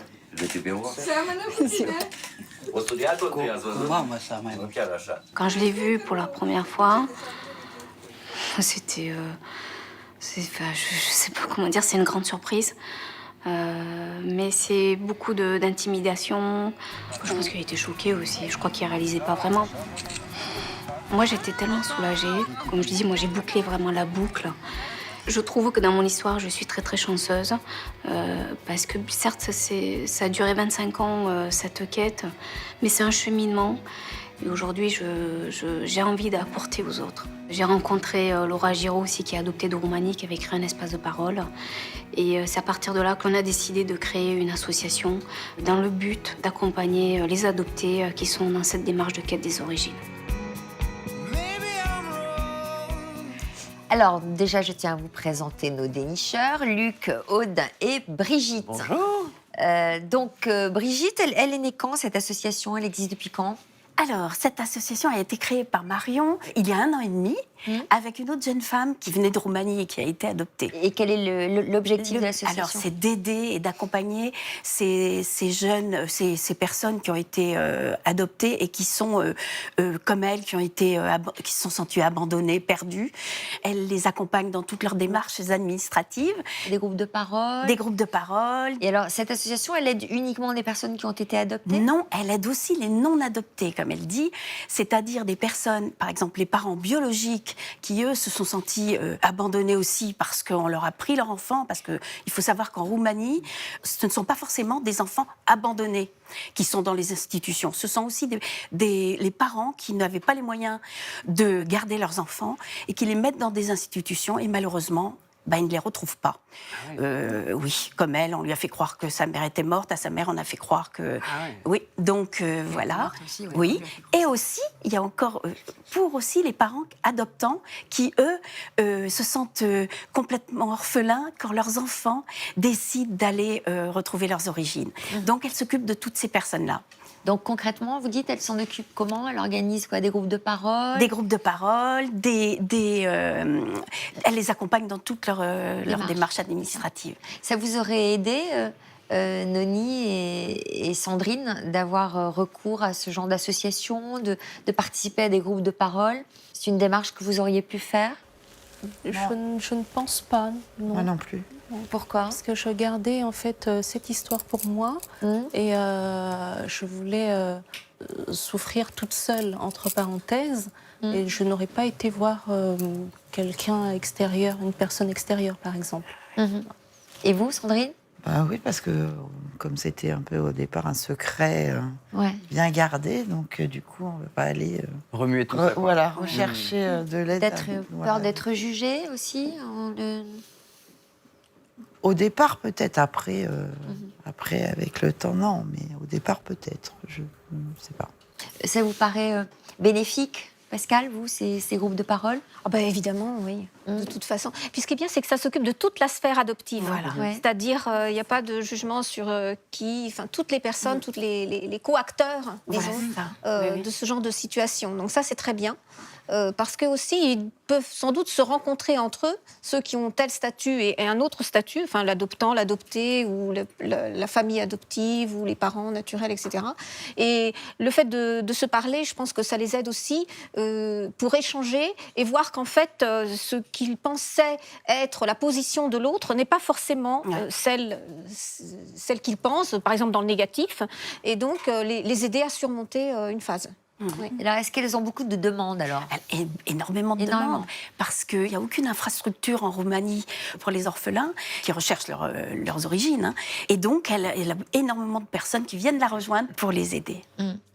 Alors, si Marion est allée jusqu'en Roumanie pour rechercher sa mère biologique, il y a d'autres personnes qui préfèrent utiliser les réseaux sociaux un petit peu à l'image de François. Luc, c'est ce dont tu vas nous parler. Oui, alors c'est vrai que de plus en plus d'enfants nés sous X ont décidé de faire appel aux réseaux sociaux. Alors moi, je suis nul dans ces trucs-là, mais du coup, je trouve que c'est quand même épatant. Et donc, beaucoup d'enfants qui sont des jeunes adultes nés sous X se prennent en photo et utilisent une pancarte avec les quelques informations qu'ils ont. Je vais vous montrer des exemples. Voilà, Manon, elle connaît très peu de choses de ses parents biologiques, elle a envie de savoir qui ils sont. Ses parents adoptifs n'en savent pas plus non plus. Et ben voilà, elle a ouvert une page sur Internet. Le truc est quand même vachement intéressant parce qu'en seulement 24 heures, il y a 20 000 personnes qui ont lu son annonce, si je puis dire. Voilà. Une bouteille à la mer, oui. Oui, c'est exactement le terme qu'elle emploie. C'est une vraie bouteille à la mer. Et est-ce que ça marche alors? Est-ce qu'il y a des résultats? Alors pour l'instant, pour Manon, malheureusement non, mais c'est quand même très récent. Et il y a de plus en plus de gens qui vont sur sa page. Et de fil en aiguille, on peut peut-être essayer de retrouver ses parents biologiques. Après, je voulais vous parler de Natacha, qui elle a fait la même démarche et qui a posté elle, carrément une vidéo où, alors là, je vous ai pris des photos comme ça, parce que elle est un petit peu longue, où elle effeuille chaque fois un nouvel morceau de papier. Comme dans le film. Voilà. Donc, je suis Natacha, machin, voilà, je continue, je suis née sous... Elle donne toutes les émotions, parce qu'elle en a beaucoup, du coup. Donc, elle fait défiler tout ça en musique, c'est assez mignon. Et Natacha, et figurez-vous qu'en quelques semaines, cette vidéo a été vue à hauteur de 446 000 vues. C'est quasiment un demi-million de personnes. Alors, le problème, c'est qu'il doit y avoir des infos qui remontent, mais elle doit être obligée de faire le tri, parce qu'il doit y avoir de fausses pistes. C'est sûr, remontent. c'est évident. Mais c'est ça, c'est des gens qui ont tellement besoin de retrouver cette personne manquante un peu dans leur histoire que sont prêtes à faire ce genre de choses. En tout cas, l'information circule. Voilà. Et ça, c'est quand même c'est pas mal d'avoir cet outil, quoi. Voilà. Et puis, il y a des miracles. Je vais vous raconter. Voilà, je vais raconter. Mais non, c'est pas moi, c'est Karine qui est forte. Karine a voulu retrouver sa mère biologique. Donc elle a fait pareil cette photo comme ça sur son compte Facebook. Et elle avait quelques informations de la part de ses parents adoptifs. Elle savait que sa mère biologique était originaire de Tahiti. Elle savait que cette maman avait été enceinte lorsqu'elle avait 16 ans et qu'elle n'avait pas pu la garder à l'époque. Mais elle n'avait ni nom ni prénom. Et très rapidement, beaucoup de personnes, mais moins que les exemples précédents, 5000 personnes seulement ont dit « Ah oui, peut-être ». Au bout de 8 jours, une dame a répondu, qui lui a dit « Je suis la personne que tu cherches ». Alors Karine, elle se dit « Mais est-ce que c'est fiable? Est-ce que c'est pas fiable ?» Alors elle recoupe ses informations. « Est-ce que vous êtes né à tel endroit Mais oui, c'est ça, voilà. » Et bien au final, c'était véritablement sa mère biologique. Et elles se sont rencontrées, en vrai. Mais où? À Mérignac, à l'aéroport. À Bordeaux. Mais oui, oui. Puisque Karine est de Bordeaux. Elles se sont retrouvées à l'aéroport de Bordeaux. Elles sont tombées dans les bras l'une de l'autre. Elles sont aujourd'hui toujours en contact. C'est tout récent, ça date d'octobre 2016. Donc c'est tout neuf, c'est tout récent, c'est tout. Et maintenant, eh bien, Karine est très active sur les réseaux sociaux pour aider les gens comme elle qui ont décidé de retrouver leurs parents biologiques. Joli, super. Qu'est-ce que vous en pensez, Lydie? C'est beau, évidemment. C'est beau. Ça peut aider. Oui, en plus, ça peut aider. Pascal? C'est très bien. Hein. Dans les aéroports, les histoires d'école. Dans les gares, on prend un nouveau départ. Et ma foi, c'est très... effectivement, il y a maintenant beaucoup de moyens, enfin plus de moyens en tout cas, pour retrouver un parent dont on aurait été éloigné. Et tous les moyens sont bons, je crois que c'est surtout ça, en fin de compte. Peut-être il n'y a pas de contre-indication à ça, parce que justement, tous les moyens sont bons, c'est peut-être plus facile, mais il y a peut-être moins de filtres aussi. Donc, ah oui, c'est certain que... C'est peut-être important quand même qu'il y ait... on a vu que dans vos retrouvailles, il y avait toujours quelqu'un qui vous chaperonnait, ça ne se fait pas comme ça. Donc, on doit être préparé psychologiquement. Donc, alors que là, on se rend compte sur les réseaux sociaux, et on se donne rendez-vous, on se rend compte, il n'y a pas de filtre. Oui, le risque, il y a eu des échanges au préalable. Il y a quand même eu des échanges pour vérifier que la personne était bien, la bonne personne. Oui, mais il n'y a pas cette préparation psychologique. Non, mais il y a un risque sur les réseaux sociaux, c'est qu'une personne signale le parent à l'enfant qui recherche le parent, mais que le parent ne soit pas d'accord. Quand on passe par un organisme comme le CNEOP, ça n'arrive pas, puisqu'il y a un intermédiaire, il y a un chargé de mission qui va prendre contact avec le parent et demander au parent si il ou elle est d'accord pour mener à bien cette reprise de contact. Alors justement, votre avis là-dessus, est-ce que ça a été important justement pour vous qu'il y ait un intermédiaire? Enfin, pour moi, c'était très rassurant. Oui? Oui, tout à fait. Pour quelle raison? Parce que justement, il y avait un intermédiaire qui prenait contact, qui s'assurait qu'il y avait une acceptation des deux parties. Et puis c'était rassurant pour moi de savoir que... Il y avait un cadre. Il y avait un cadre. Il y avait un cadre. Ouais. Et ça permettait aussi d'élaborer petit à petit, pour chacun, d'élaborer la chose. Oui. Alors qu'à travers les réseaux sociaux, ça peut être plus violent et puis il peut y avoir un intermédiaire qui soit intrusif, enfin, même sans le vouloir, hein, même en toute bonne volonté. Donc, ça une marche à suivre qui est bien faite. Oui. Donc je trouve que c'est important de l'avoir. Moi, je voudrais objecter. Je comprends que c'est pas les mêmes situations, mais moi, en l'occurrence, j'ai. Oui, pour vous, ça a été. Voilà, j'ai eu 10 ans. Une opportunité. 10 ans de cadres administratifs qui ont été d'une lenteur sidérale. Et là, le réseau social en question, ça s'est passé en 2 mois, quoi. Non, il faut y voir un vrai avantage sur le plan de la rapidité. Vous parlez du temps. Là, vous avez parlé de miracles, mais est-ce qu'il y a eu des retrouvailles catastrophiques? Pas que je sache, c'est tout récent, hein, ça c'est vraiment les rares histoires où les gens ont pu se retrouver. Voilà. C'est juste qu'il faut le prendre comme un facilitateur d'information, de circulation de l'information. Alors, juste pour aller plus loin dans ma question, parce qu'on a parlé de ces retrouvailles miraculeuses, on avait les larmes aux yeux, évidemment, devant ces témoignages merveilleux de retrouvailles. C'est pas toujours le cas. Parfois, les retrouvailles peuvent être décevantes. Ça arrive. Ben oui, et comme toutes les trouvailles également tout court, et les retrouvailles aussi peuvent être décevantes dans la vie, ou en tout cas, ça peut s'amorcer avec difficulté. Parce qu'il faut voir si les attentes des uns et des autres coïncident aussi. Qu'est-ce qui a été vécu entre-temps également. Puis parfois, on peut être déçu. C'est-à-dire qu'on peut avoir... Ça ne correspond pas à l'image. On peut s'être fait une image, voilà. avoir complètement fantasmé sur l'image du parent biologique. Voilà, parce que l'enfant qui recherche son parent recherche à ce qu'on lui raconte son histoire, à retrouver ses racines, mais il recherche aussi à réparer l'image du parent perdu à ce moment-là. Et l'image qu'il retrouve, si elle ne correspond pas à ce qu'il avait élaboré, effectivement, ça peut le décevoir. Le parent aussi peut être déçu par son enfant, pourquoi pas. Ça peut arriver. Mais peut-être qu'ils peuvent quand même, petit à petit, arriver à rattraper ça. Ça dépend de leur volonté et puis des possibilités. Je vois Lydie réagir, là. Je suis sûre que ça fait partie des questions que vous vous êtes posées. Parce que vous avez l'air d'avoir tellement d'admiration pour votre mère adoptive que vous avez dû certainement vous dire « et si j'étais déçue par ma mère biologique ?» Oui, c'est ce que je me suis dit. Je me suis dit, je peux être déçue si c'est pas la personne que j'imagine. Si elle répond pas à mes attentes, ou si c'est pas quelqu'un de bien. Est-ce que ça vous a freiné dans votre envie de la retrouver ? Bah non, au contraire, je voulais savoir si elle était bien ou pas. Donc non, ça m'a pas freinée. Mais ça peut freiner, ça. Mais je pense que ça peut cette freiner. angoisse. Ça peut angoisser peut-être plus que freiner. Oui, voilà. Ça peut créer une anxiété sous-jacente tant que l'objectif n'est pas atteint. Mais vraiment freiner, peut-être pas. Alors, Aude va nous raconter une histoire, alors là, carrément étonnante. Ça se passe aux États-Unis. Il s'agit d'une jeune femme. Désolée, hein, c'est pas à Bordeaux, c'est pas à Toulouse, Bon, c'est aux bon, ça États-Unis. C'est pas bien. Mais moi, j'adore les États-Unis. Mais tu as bien raison. Moi, je vais faire la promotion de allez. mon pays. Allez. Mais c'est très très bien. Alors, elle voulait donc retrouver son père biologique et elle a retrouvé une ribambelle de demi-frères et sœurs. C'est l'histoire de Claudia. On a une petite photo. Elle a 21 ans aujourd'hui et en effet, alors c'est une jeune femme qui, elle, est née grâce à un don de sperme. Donc on est dans un cas de figure un peu différent.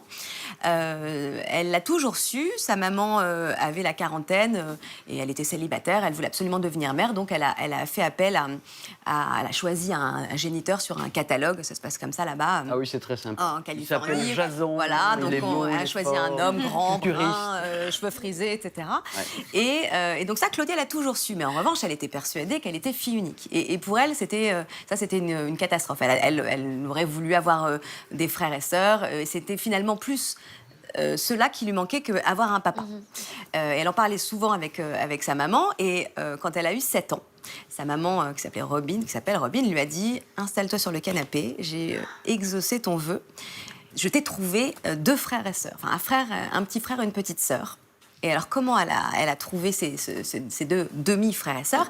Elle est allée sur un site internet qui est en fait une plateforme internet sur laquelle donc il y a 50 000 membres. Alors, 50 000 membres de donneurs de sperme Alors, c'est 50 000 personnes qui sont connectées les unes aux autres et qui sont soit des donneurs de sperme, soit des donneuses d'ovocytes, soit des parents receveurs, qui ont des mamans qui ont fait des enfants grâce à des inséminations, ou des enfants qui sont nés grâce à ces dons de sperme. D'accord. Et donc, cette maman, Robin, ce qu'elle a fait, c'est qu'elle s'est connectée à ce site, elle a tapé le numéro d'immatriculation du donneur, comme une bagnole, de la personne qui a fait ce don de sperme. Et il se trouve qu'il y avait une autre maman ailleurs aux États-Unis qui avait elle aussi tapé le numéro d'immatriculation du géniteur. Voilà. Et le site fait des concordances.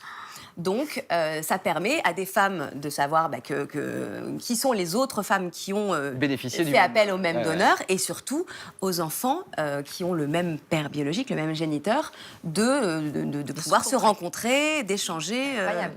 Et alors, ils peuvent le faire, ils peuvent le savoir à n'importe quel âge, ou il faut qu'ils attendent d'être majeurs? Alors non, ils peuvent le savoir à n'importe quel âge. Il faut juste avoir le numéro d'immatriculation, et ça, les mamans ont ce numéro en leur possession. Donc après, est-ce qu'elles le donnent à leur enfant ou pas? Parce que le monsieur qui a donné son sperme, il est obligé qu'il soit inscrit sur un registre comme ça.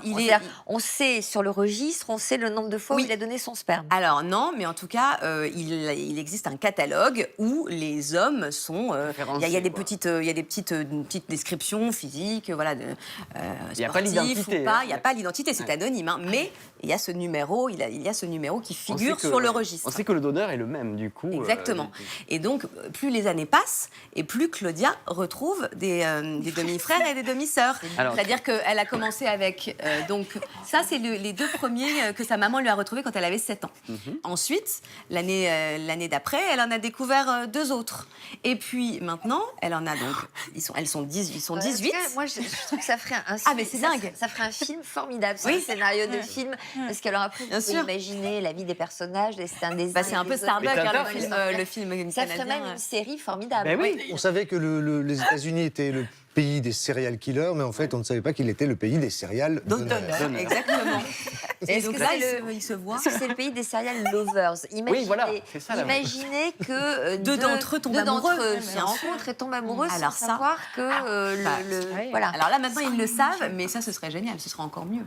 J'aimerais bien pouvoir revenir. Pour la série, c'est bien, ça. Oui, ça serait bien pour la série, pour la saison 2. Dans la saison 2, effectivement, Brandon et Claudia se tomberont amoureux sans savoir. Et donc, ils sont tous en contact. Familial. Ils font des booms, des repas de famille. Chaque année, alors, ils se retrouvent quoi, une fois par an? Une fois par an. Alors, à quelle occasion? À l'occasion de l'anniversaire de leur au début, père. ça a commencé, c'était drôle. C'était au début pour Thanksgiving, et puis ensuite, ça a été... en fait, c'est des mamans, c'est un peu une communauté de mamans, en plus d'être une communauté de frères et sœurs, parce que toutes ces femmes qui ont fait appel au même donneur sans le savoir au départ, elles sont devenues amies. Donc, il y a d'un côté les mamans qui se retrouvent, de l'autre côté les enfants qui se retrouvent, et donc une fois par an, ils viennent de tous les coins des États-Unis, ils font le déplacement, ils prennent l'avion, et hop, ils se retrouvent. Est-ce qu'un jour, ils pourraient avoir des informations sur le matricule? Alors oui, il pourrait, mais pour l'instant, il ne le souhaite pas. Parce que ce serait bien pour le dernier épisode. Pour le dernier épisode. Non, ce serait d'inviter le monsieur à la réunion familiale. Ce serait un peu comme le coq au milieu de... Voilà. Ce serait incroyable qu'ils y aillent tous ensemble, qu'ils aillent toquer à sa porte. Parce que ce monsieur, il sait qu'il a énormément de... Enfin, il doit savoir qu'il a pas mal d'enfants. Mais en revanche, ce qu'il ne sait pas, c'est que tous ces enfants se voient et forment une famille, finalement. Incroyable. Pour la saison 4, il pourrait être président des États-Unis. Non, mais parce que ça, en France, ce ne serait pas imaginable, ce genre de choses. C'est évidemment interdit. Non, voilà, en France, malheureusement, il faudrait que la série... Sur le plan de l'éthique, là-bas, il y a de grandes libertés. C'est open bar. C'est sûr. Non, à Bordeaux, à Toulouse, ça n'aurait pas pu arriver. Donc voilà, c'est pour ça que ça se passe aux États-Unis. Pourtant, avec la graisse de doigts et le confit, ça rend vigoureux. Ah, d'accord. C'est vrai. Bien sûr. Ils ont des informations qu'on ne détient pas. En tant que nordiste. Oui, c'est ça. Bon, nous allons peut-être arrêter là ces considérations hautement régionales. Bon, super. Donc voilà, l'histoire s'arrête là. Affaire à suivre, oui, pour l'instant. S'il retrouve le papa biologique, je vous promets que je vous donnerai des nouvelles. Je reviendrai et voilà. Et on ira là-bas et on ira filmer. Une réaction de nos invités sur cette histoire incroyable. Moi, je trouve ça fabuleux. Et j'ai une histoire personnelle. Ma femme, donc ma compagne, elle est la 9e enfant d'un père qui a eu 9 enfants avec 9 femmes différentes. Ah, c'est beau. Donc, si vous voulez, ça me parle un peu. Ça pourrait nous inspirer. Et comment ça se passe, la famille, les réunions familiales, tout le monde s'entend bien? Le papa est mort et le papa est mort depuis quelque temps et les 3 des enfants se voient et s'aiment beaucoup. Ouais. Les autres, il y en a certains qui sont aux États-Unis, au Venezuela, donc c'est un peu compliqué. Mais... vous allez nous donner le numéro parce que ça. Comme ça peut faire l'objet d'une. Pour la saison 7. Une thématique éventuelle. Je suis pas certain que ça lui plaise d'en parler. Mais... Très bien. Un dernier mot pour conclure, peut-être, Pascal? Écoutez, on souhaite à toutes les personnes, à tous les enfants qui recherchent leurs parents de se trouver dans des situations semblables. Et je pense que Anne-Marie est pour beaucoup dans les bonnes retrouvailles entre Noni et Lydie, en fin de compte. Parce que ce qui a été vécu avant, ça prépare le terrain à ce qui est vécu après. Et donc, parce qu'on parlait tout à l'heure avec Sandrine de ce moment un peu difficile avec sa fille. J'ai pas l'impression que vous ayez eu, vous, des moments où vous soyez perdus de vue ou trouver chacune votre place a été compliqué. Vous l'avez vécu aussi, vous? Pas du tout. Non. Ouais. Donc, ce que vous dites doit être vrai, c'est-à-dire qu'il y a eu ce travail de préparation. Sandrine n'a pas eu la possibilité ou la chance, même ne serait-ce que par le hasard, de pouvoir profiter de ce genre d'avantage. Donc sa fille également. Vous auriez aimé, Sandrine, être plus dans le partage avec la mère adoptive de Laetitia? C'est sûr que leur histoire, quand on les voit toutes les 3, ça fait rêver, quoi. Voilà. Maintenant, voilà. C'est vrai que ça fait rêver. Est-ce qu'il vous arrive de vous appeler, d'échanger à propos de Lydie, sur une décision à prendre, sur un conseil à lui donner? Non, mais... Bon, d'échanger, on échange. On échange, oui. Et puis, Noni fait partie maintenant de la famille. Et, dernièrement, je lui ai dit, si elle se marie, un jour, tu viendras t'occuper de la déco, parce que c'est pas du tout mon truc, et toi, t'es douée pour ça. On va partager les rôles. Voilà, donc elle fait partie de la famille, elle a sa place. Du coup, vous avez 2 mamans. Oui. Voilà. C'est comme ça que vous le dites, c'est vrai? Ah oui, j'ai 2 mamans. C'est chouette. Ce qui est intéressant à dire, c'est que c'est pas 2 parts, c'est pas 2 moitiés, c'est le double. Vous voyez, c'est pas quelque chose qui a été séparé et puis il faut donner d'un côté de l'autre. C'est quelque chose c'est une addition et c'est le double. C'est ce que vous disiez tout à l'heure, que vous l'avez vécu comme un enrichissement. C'est-à-dire, on vous a pas pris une partie de votre fille, mais au contraire, c'est une valeur ajoutée. Voilà, complètement. Merci, c'est beau. un joli témoignage. Merci à tous, merci aux dénicheurs. Et merci à vous pour votre fidélité. Bon après-midi sur France 2. Dans quelques instants, c'est Stéphane Bern. Merci. Lundi, dans 1001 vies, nos invités viendront nous livrer le récit palpitant du jour où ils ont cru vivre leurs derniers instants. J'avais l'impression d'être au milieu d'un film catastrophe. On passe en fait en mode survie, c'est irréel quoi. Le 18 décembre 2007, Frédéric embarque à bord d'un vieux voilier. Après une nuit passée en mer, le temps se dégrade. D'un seul coup, le moteur s'arrête et là, on découvre en fait que le bateau est quasiment rempli d'eau. À bord de leur radeau de fortune, Frédéric et le capitaine comptent les jours et les heures. Perdus en mer, leur embarcation finit par prendre l'eau.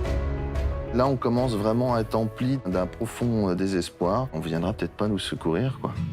Céline, la compagne de Frédéric, passera 9 jours sans savoir si son homme est vivant ou mort. Quand on me dit on arrête les recherches, le monde s'écroule. Le 25 avril 2015, Michel vient d'arriver au Népal pour réaliser un reportage photo lorsque la terre se met à trembler. Je vois les bâtiments en face de moi qui bougent et là, je comprends que c'est un tremblement de terre. On se retrouve projeté au sol. Je me suis vu simplement mourir pendant quelques secondes.